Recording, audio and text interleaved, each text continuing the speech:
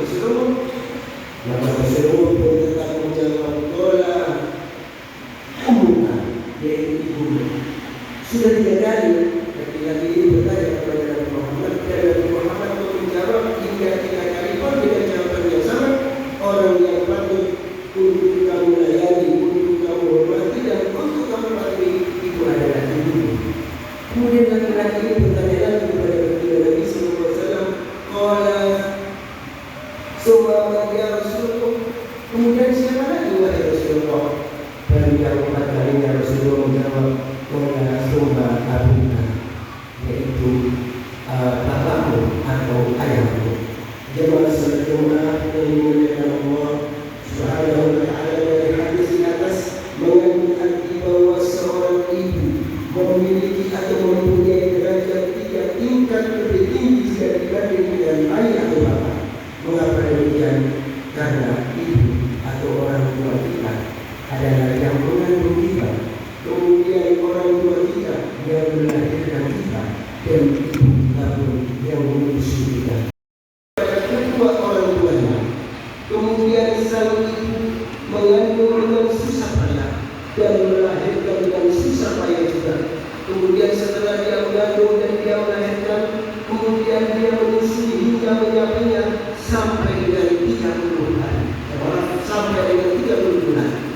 Ini 30 bulan dalam ayat ini dihitung dari sejak dia mengandung sampai dengan menyapainya. Itu dianjurkan di dalam Al-Quran sampai dengan 30 bulan.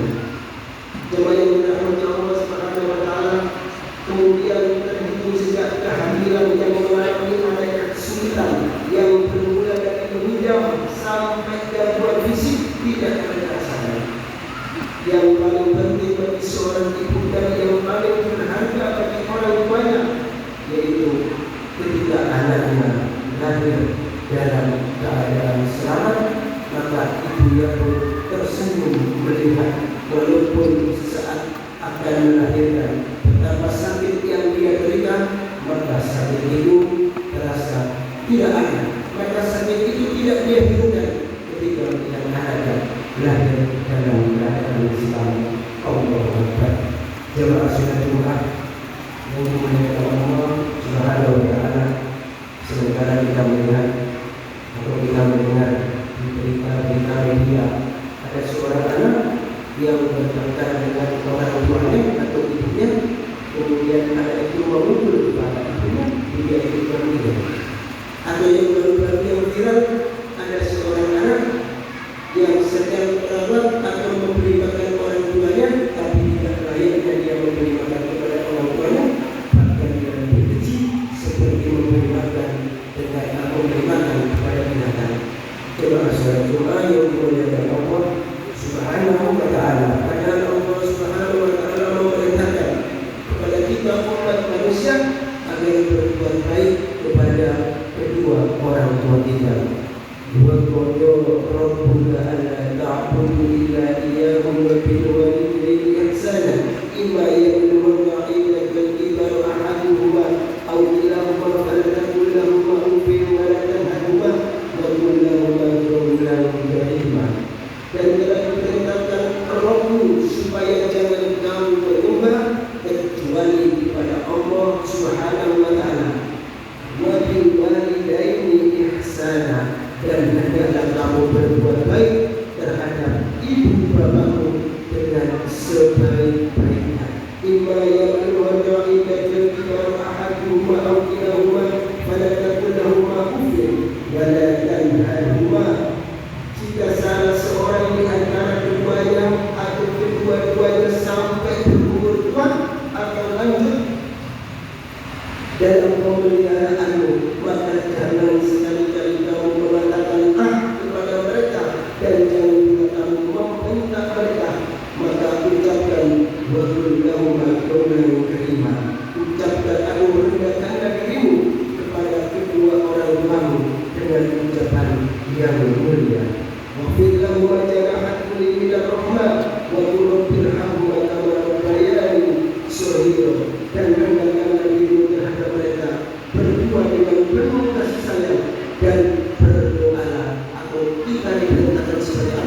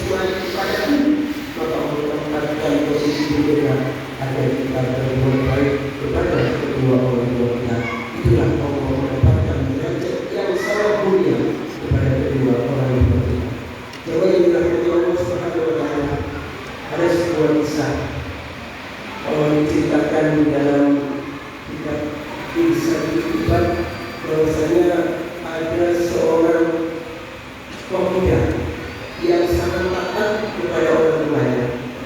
Kemudian pemuda ini waktu kecilnya dia hidup bersama dengan orang tuanya. Maka orang tuanya ini, bapaknya sebelum meninggal dia punya pet atau anak sapi. Kemudian pet ini dibawa ke hutan. Ketika dibawa ke hutan, orang tua yang lagi mengatakan, ya Allah, aku berdoa dengan Tuhannya Nabi Ibrahim dan Musa dan Ishak, aku titipkan pet ini kepadamu untuk anak yang masih kecil. Maka dilepas pet ini. Pet ini kalau orang seakan-akan dia tidak mau dekat kepada manusia. Kemudian dia meninggal bapaknya itu. Maka anak ini anak kecil itu bersama dengan ibunya. Kemudian dia dibawa asuhan ibunya. Setelah dia besar, pemuda ini waktunya dia berdagang, dia bertiga. Sepertiga dia berdagang untuk ibadah kepada Allah, sepertiga dia berdagang untuk istirahat, dan sepertiga dia berdagang untuk menjaga ibunya yang sudah tua. Kemudian keesokan harinya dia bekerja mencari kayu di hutan. Hasil dari mencari kayu itu kemudian dia jual ke pasar. Hasilnya dia bertiga. Sepertiga dia kasihkan ibunya, sepertiga dia kembalikan kepada jalan Allah, dan sepertiga dia berikan untuk rumahnya. Maka orang tuanya melihat keadaan anaknya yang seperti ini. Orang tuanya ingat ibunya itu, bapakmu dulu punya sekarang sudah besar. Wahai anakku, kamu pergi ke hutan, kamu minta kepada Tuhannya Nabi Ibrahim, Tuhannya Nabi Musa, dan Tuhannya Nabi Ishak. Kamu minta, ketika kamu dapatkan, bawa pulang. Maka ayah itu ke hutan, kemudian melihat sebenarnya dia berdoa kepada Allah dengan Tuhannya Nabi Ibrahim, Nabi Musa, dan Nabi Ishak. Datanglah orang. Maka berlari dari itu menuju di hadapan si pemuda tersebut. Lantas ikan tali di lehernya. Kemudian dibangunlah dengan isi Allah. Kemudian ini berkata, ini semua yang mungkin saya berbicara. Kata mereka ini, wahai pemuda, mereka di atas tubuhmu untuk meringankan bebanmu. Maka mereka ini mengatakan, orang tuaku tidak menunggu kamu, tapi untuk membawamu. Maka mereka itu mengatakan, jika engkau naik di atas tubuhmu, maka Allah akan murka kepadamu sebab kamu tidak taat kepada orang tua. Maka sesampai di rumah, maka ibu mengatakan, wahai aku melihat kamu tidak punya jual di pasar. Kebetulan pada saat itu diceritakan harga berat 3 dinar. Ibu yang mengatakan kamu jual dengan harga 3 dinar dengan izin dengan minum kepada ibunya. Maka dibawa oleh pemuda di pasar. Allah mengutus seorang laki-laki, mengutus malaikat menjadi penjimat sebagai orang yang mendapat perjanjiannya. Kemudian laki-laki berkata, kamu bangun ke pasar, kamu apakah aku jual? Berapa kamu jual? 3 dinar dengan ridho orang tua. Laki-laki itu mengatakan, aku beli dengan harga 6 dinar, tapi jangan kamu bilang sama ibuku. Maka laki-laki itu mengatakan, langsung keluar dari sana. Jangan kamu beli 6 dinar. Kamu beli dengan harga, kamu beli dengan uang emas seberat dan ini tidak akan aku berikan jika orang tua meninggal. Maka pulang ada yang ditanya, bagaimana kataku oleh ibunya? Ditawar 6 dinar, tapi dia mengatakan jangan kau bilang sama orang tua. Maka kata ibunya, kalau begitu kasihkan 6 dinar dengan ribu. Dibawa ke saudaranya, lalu pemuda itu ke pasar. Dihadang lagi sama laki-laki itu yang kembali ditawarnya itu. Bagaimana wahai pemuda? Orang tua memberikan dengan harga 6 dinar dengan catatan ribu dari orang tua. Kata laki-laki, beri 12 dinar, tapi kamu jangan bilang sama ibumu. Maka itu kembali pulang dan cerita yang kejadian itu kembali pulang. Ibunya mengatakan, wahai anakku, kamu setiap kali pulang itulah Allah mengutus malaikat yang menguji ketaatanmu kepadanya. Ini wanita yang solehah.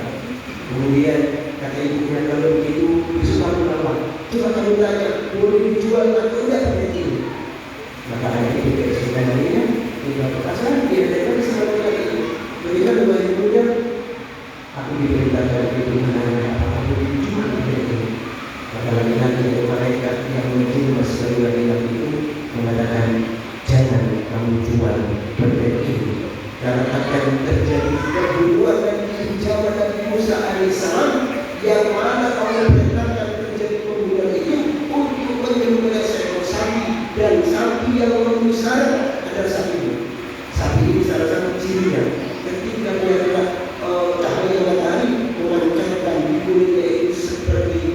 kuning-kuning yang seperti cahaya yang emas. Maka sehingga benar terjadi di zaman Nabi Musa, terjadi pembunuhan yang Allah perintahkan, yaitu seekor pedet dan tidak ada pedet, seekor sapi dan tidak ada sapi yang mendapatkan pemesanan kecuali sapi dari pemuda ini, sehingga diabadikan sapi ini menjadi satu surat yang disebut surat Al-Baqarah. Jemaah saudara yang dimuliakan Allah Subhanahu wa taala, sehingga benar-benar apa yang diucapkan dari lisan pemuda ketika bertawar berapa harga ini, harga ini tidak benar atas ini orang tua dia bertawar 6 dinar, tapi jangan bilang saat itu. Pemuda itu mengatakan jangan 6 dinar, untuk beli dengan uang emas seberat sapi ini tidak akan aku berikan kalau orang tua pemuda itu. Maka terjadi dibeli sapi itu dengan uang emas seberat daripada sapi tersebut. Jemaah saudara yang dimuliakan Allah Subhanahu wa taala, itulah balasan yang diberikan oleh Allah Subhanahu wa taala kepada hamba-hambanya yang senantiasa taat kepada Allah, taat kepada baginda Nabi, dan dia berbakti kepada kedua orang tuanya. Maka Allah jamin hidupnya di dunia, Allah berikan kebahagiaan, dan di akhirat Allah jamin tempatnya di surga sebagaimana lanjutan daripada ayat tersebut.